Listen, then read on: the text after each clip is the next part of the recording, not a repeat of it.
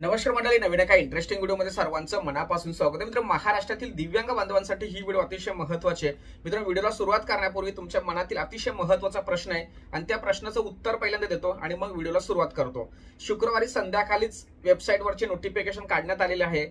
शनिवार रविवार सुट्टी असल्या कारणाने सोमवारी हे पैसे तुमच्या खात्यामध्ये म्हणजे उद्यापासून हे पैसे तुमच्या खात्यामध्ये वितरित केले जाणार. आता उद्या किती वाजता वितरित केले जाणार हे तर आता सध्या स्थितीला आपण सांगू शकत नाही, पण उद्या वितरण सुरू झाल्यानंतर आपल्या चॅनलवरती नक्कीच त्याविषयी व्हिडिओ टाकले जाणार. काळजी करायचं कारण नाहीये. परंतु मित्रांनो, तुम्ही जो थंबनेल बघून या व्हिडिओवरती आलेला आहात तो महत्वाच्या तीन पॉईंट आहेत. ते 3 पॉईंट पहिल्यांदा मी वाचून दाखवतो. यामध्ये पहिला पॉईंट म्हणजे त्या राज्यातील प्रत्येक दिव्यांग बांधवाला मोफत एसटी ने प्रवास करता येतो. लक्षात ठेवा, मी येतो शब्द वापरतोय. त्याचबरोबर 2029 पर्यंत प्रत्येक दिव्यांग बांधवाला इलेक्ट्रिक बाईक दिली जाणार. त्याचबरोबर सद्यस्थितीला त्या राज्यामध्ये 3200 रुपये मासिक अनुदान दिलं जातं. हो बरोबर मित्रांनो, तुम्ही आता मी जे सांगितलं ते बरोबर ऐकताय. कारण मित्रांनो, हरियाणा हे एक राज्य आहे, त्या राज्यामध्ये या तीनही गोष्ट आता सद्यस्थितीला चालू आहेत. महाराष्ट्राच्या तुलनेने ते हरियाणा राज्य दिव्यांगांच्या बाजूने खूप चांगल्या पद्धतीने उभा आहे असं म्हणायला काहीच हरकत नाही. लक्षात ठेवा, आता दिव्यांगांचं मासिक अनुदान महिना संपला तरी येत नाहीत, हा महत्वाचा मुद्दा आहे. एनसीएमसी कार्ड काढून दिव्यांगांना नाहक त्रास देण्याचा प्रयत्न करतोय. किती लोकांना इलेक्ट्रिक बाईक मिळाल्या, किती लोकांनी फॉर्म भरले होते आणि त्यांच्याविषयी राज्य सरकार निर्णय घेतलाय, कितीतरी मोठा प्रकार आहे. या सगळ्या गोष्टीचा विचार करता आणि त्या ठिकाणी अनुदान सुद्धा जास्त आहे. 3200 रुपये अनुदान त्या ठिकाणी दिलं जातं.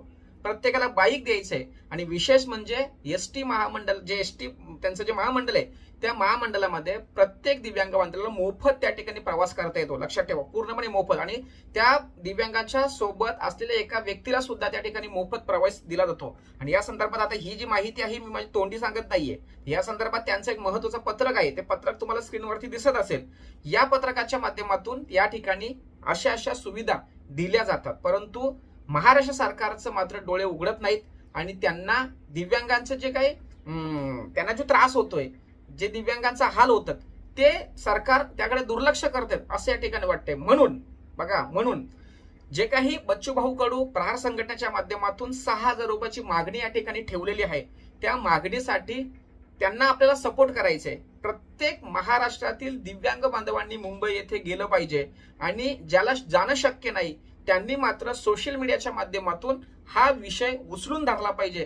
तरच मित्रांनो, बाकीच्या राज्यांमध्ये ज्या पद्धतीने सेवा सुविधा दिल्या जातात त्या पद्धतीने आपल्या राज्यामध्ये सुद्धा सुरू होईल. आता जे काही चांगले अधिकारी असतात त्या अधिकारी ह्या सगळ्या गोष्टी करायचा प्रयत्न करतात.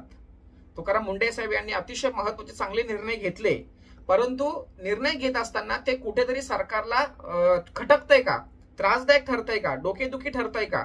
जे काही बोगस पद्धतीने अधिकारी असतील, कर्मचारी असतील, हे सरकारच्या खुर्चीवर बसलेले आहेत.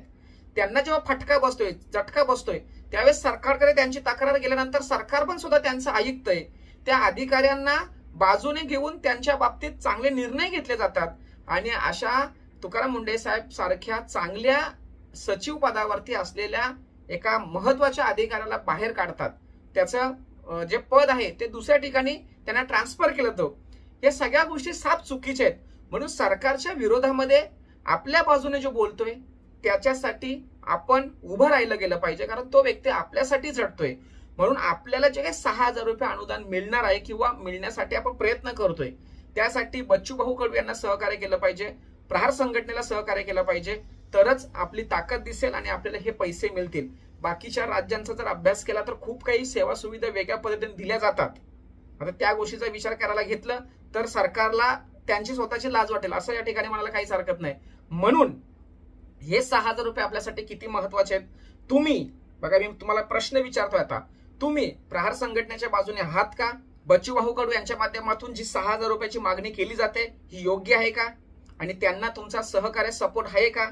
आणि तुमच्या परीने या आंदोलनासाठी सोशल मीडिया असेल, व्हॉट्सअपचा स्टेटस असेल, फेसबुक, इंस्टाग्राम, जे काही सोशल मीडियाचे प्लॅटफॉर्म आहेत त्या ठिकाणी तुम्ही त्यांना डिजिटल स्वरूपामध्ये सहकार्य करणार का? आणि जर वेळ आली तर तुम्ही मुंबईला जाणार का? याविषयी प्रत्येकाने कमेंट्स करायचे. मित्रांनो, ही ताकद आपल्याला दाखवायची आहे. ही मजबूती आपण जर कायम ठेवली तरच आपल्याला 6000 रुपये मिळतील, नाही तर अजिबात नाही.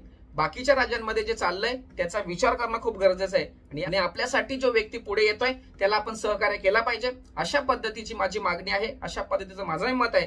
प्रत्येकाला ही व्हिडिओ शेअर करा, प्रत्येकाने मत व्यक्त करा. भेटूया पुढील व्हिडिओसह. तोपर्यंत धन्यवाद. जय हिंद, जय महाराष्ट्र.